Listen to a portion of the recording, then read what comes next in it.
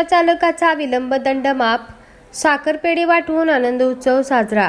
कोल्हापूर येथे प्रादेशिक कार्यालयाच्या वतीने रिक्षा टॅक्सी वाहन पासिंगसाठी 50 रुपये विलंब दंड आकारला जात होता।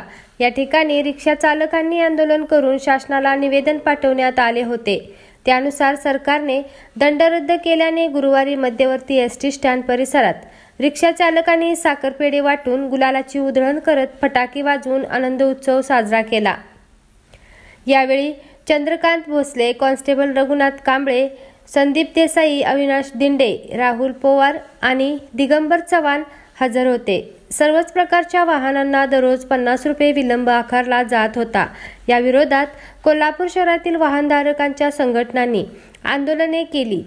प्रादेशिक परिवहन कार्यालयावर मोर्चा, निवेदने आणि शासनाच्या पत्रकाची होळी करत रिक्षा बंद अशा प्रकारची आंदोलने केल्याने यांची शासनाने दखल घेऊन विलंब आकार रद्द करण्याचा ऐतिहासिक निर्णय मुख्यमंत्री एकनाथ शिंदे, उपमुख्यमंत्री देवेंद्र फडणवीस, अजित पवार सरकारने घेतला।